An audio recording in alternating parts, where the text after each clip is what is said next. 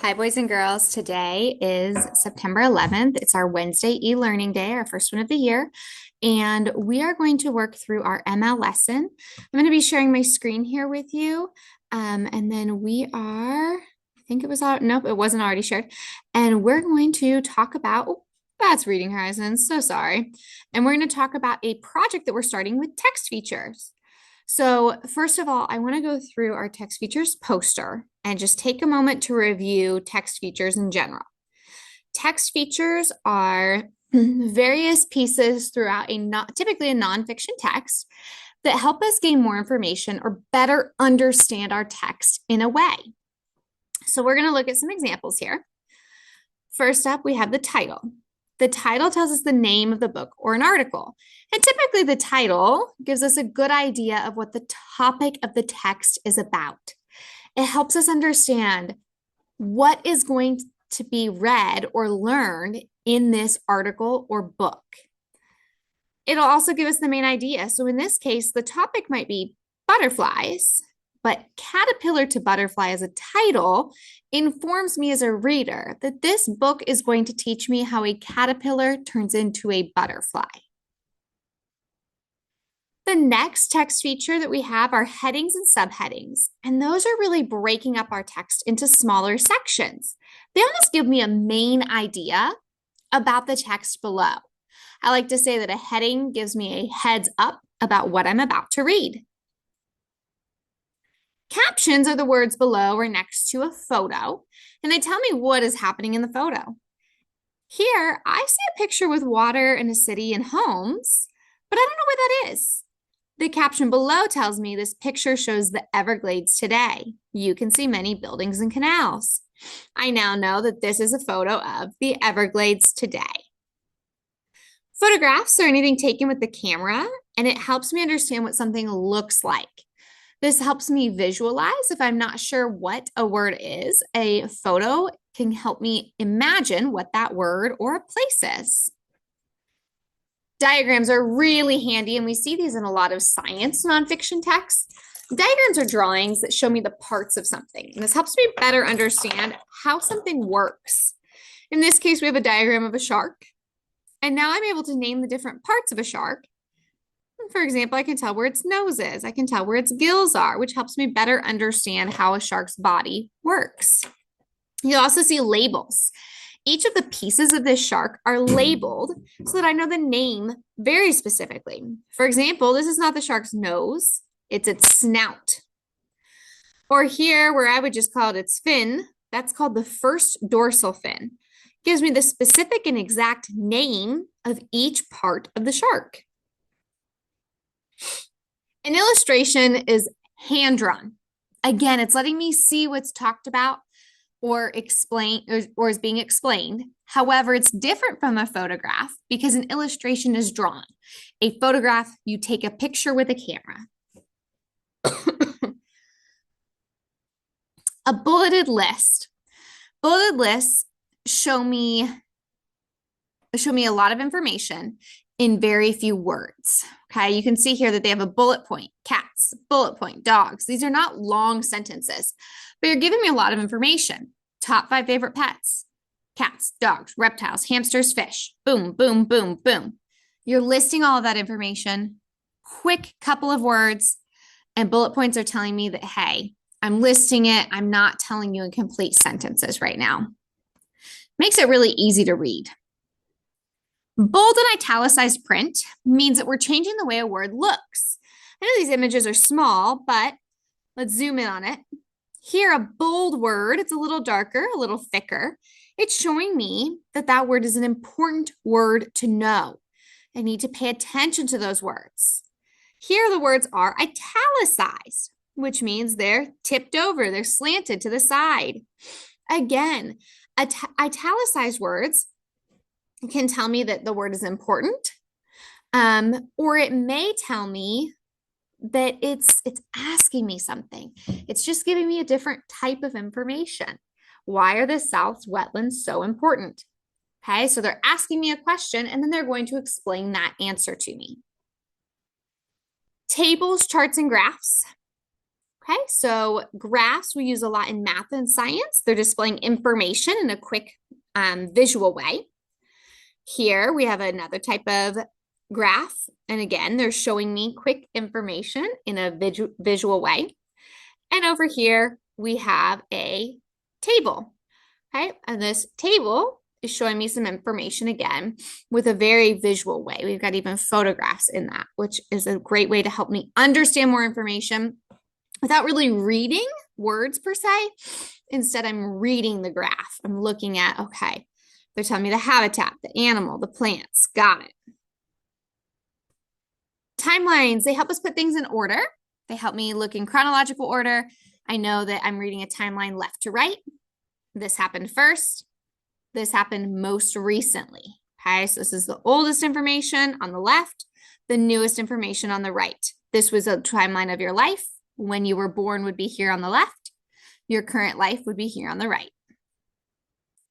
Maps, we love using maps. Maps drawing, and they show me where things are. You can do all different types of maps, but they like, so a different type of map could show me where the mountains are. Other maps would show me where different groups of Native Americans might live. I might see a map that shows me what the United States, what this land looked like, and who owned which parts of land before any of the settlers came in. So the map can show me a lot of different information. And here is a current map of the United States of America, showing me each of the states. I see all the 50 states on here. Text boxes, they pop out and they're giving me a little bit more information. A lot of times these include some fun facts. So they may not exactly go along with the information in the core text up above here, but they're going to give me just a little bit more, just something extra that would be great for me to know. Table of contents, these come at the beginning of a story, of a book, and they tell me where the chapter or a heading starts on what page. So when I specifically want to know more information about how to make a splatter box, that's on page 11. I don't have to read the other 10 pages. I can jump to page 11. A glossary. Glossaries tell me what words mean. Typically, these are at the back of the book. They differ from a dictionary because a glossary is only going to have words that are inside of that specific book. A dictionary has every word in the language, but a glossary has words that are inside of that book that you may not be familiar with, and they tell you what the words mean. An index is similar to a glossary, but with a key difference. An index has topics or ideas from that book, and they tell me what page those ideas are on. So in this example of an index, I would guess that this is a cooking book.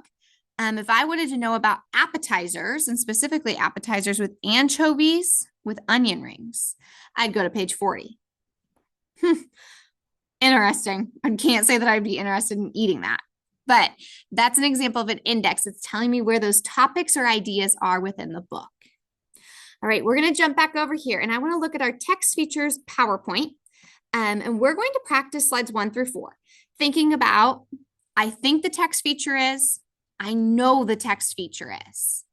So let's look up here, and I'll flip back over to our other screen in a minute to give our poster pages in a minute so that you can have an example there as well.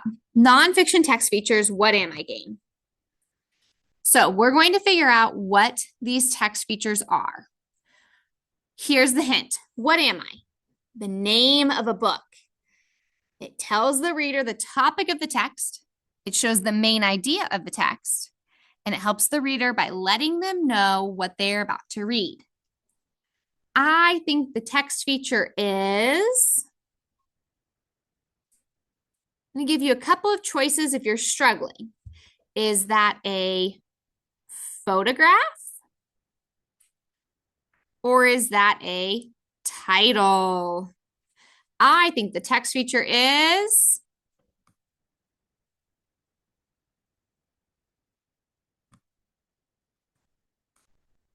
you said title, you were correct. All right, here's our second one. What am I? It gives the heading or the chapter and beginning page number for each section in the book.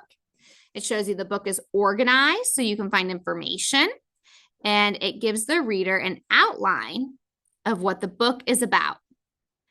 Is this I forgot the table of contents, or is this a glossary?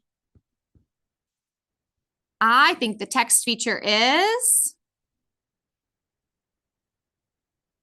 you said a table of contents. You are correct. Yes, a table of contents tells us where each section or title, or sorry, chapter would be.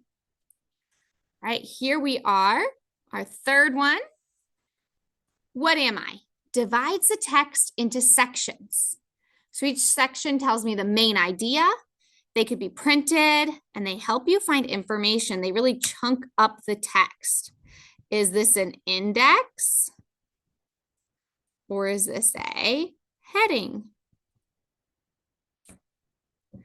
I think the text feature is, did you say heading?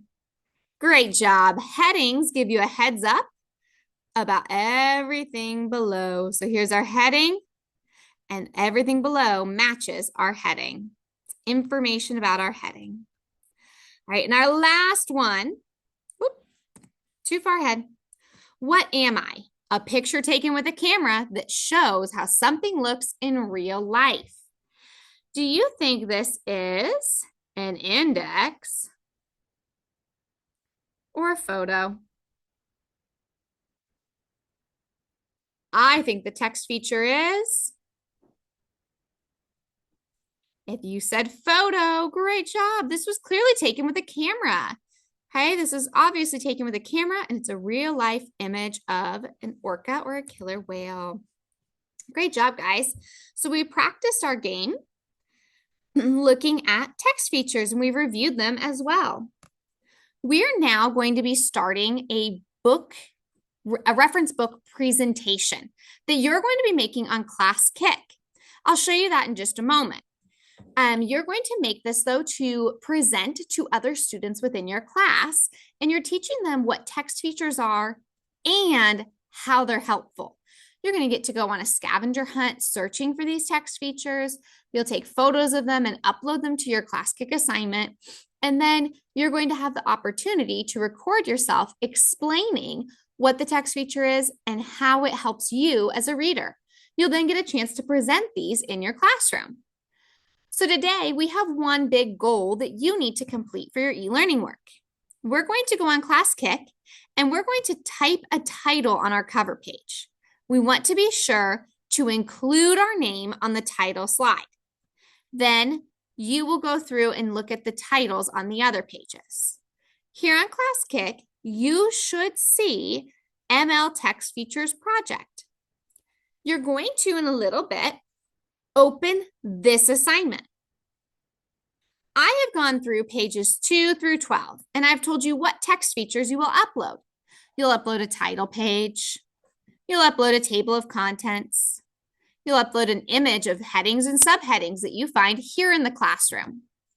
You'll upload a photograph, a caption, a picture of a diagram, a picture of an illustration, a picture of a timeline, a picture of a map, a photo of a glossary, and an example photo of an index. And you're going to find all of those here in my classroom starting tomorrow on Thursday. Your only job today on Wednesday is to come to page 1. And on page 1 today, I am asking that you please go through and come up with some sort of a title for your book. So my example back here was my nonfiction text features reference book. Okay, I might, where did I go? Here we go. I might come up with a title like Mrs. Noble's Nonfiction Text Features Book by Mrs. Noble.